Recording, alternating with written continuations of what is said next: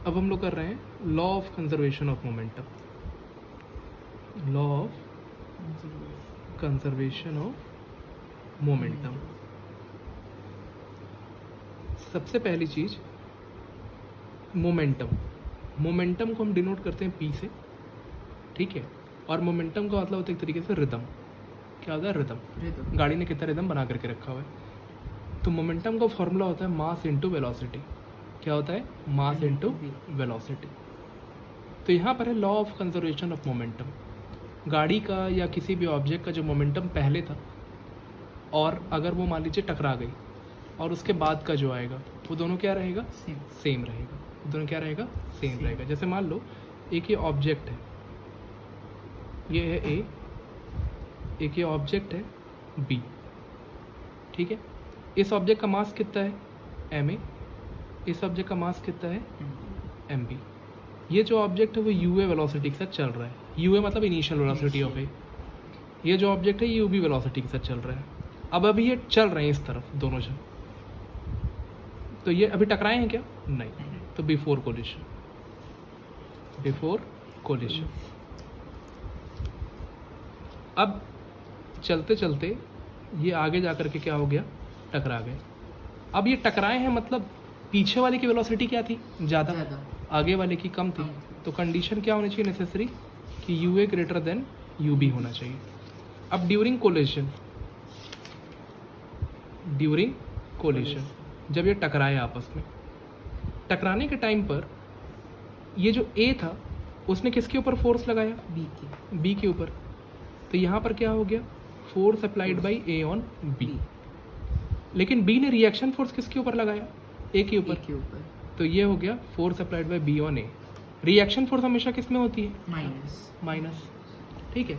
अब टकराने के बाद दोनों ऑब्जेक्ट अलग अलग हो गए। टकराने के बाद दोनों ऑब्जेक्ट क्या हो गए? अलग अलग हो गए। मास तो वही रहेगा, मास तो वही रहेगा।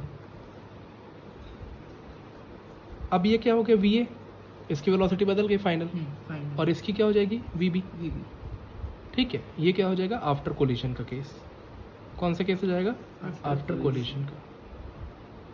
अब देखो जो फोर्स है हमने क्या पढ़ा थर्ड लॉ ऑफ मोशन के हिसाब से? According to third law of motion, third law of motion हमने क्या पढ़ के रखा हुआ है कि जो फोर्स एक्शन का है वो रिएक्शन फोर्स के क्या होगा? बराबर, लेकिन अपोजिट होगा, माइनस है, ठीक है। अब फोर्स का फॉर्मूला क्या होता है? सेकेंड लॉ ऑफ मोशन के हिसाब से हमने पढ़ा है कि फोर्स जो होता है वो चेंज इन मोमेंटम होता है upon time.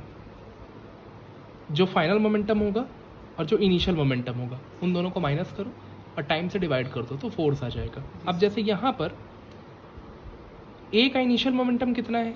M A U ए। ए का फाइनल मोमेंटम कितना है? एम ए वी ए, ठीक है। तो फोर्स क्या हो जाएगी? ए की final momentum M A V A minus initial momentum M A U A upon time equal to minus. अब यहाँ बी फोर्स लगा रही है तो बी का इनिशियल मोमेंटम और फाइनल मोमेंटम कितना हो जाएगा? M B U B, M B V B minus M B U B upon time. अब टाइम से टाइम दोनों तरफ कैंसिल हो गया।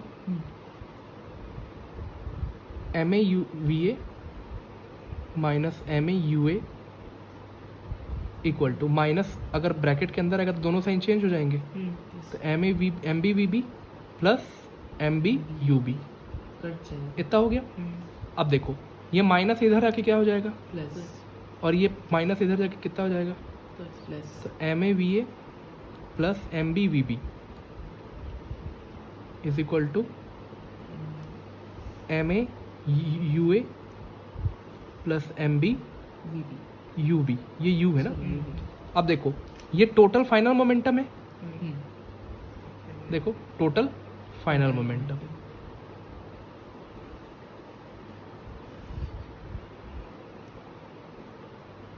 और ये क्या है आपका? Total initial momentum. दोनों आपस में क्या है? इक्वल है। Total initial momentum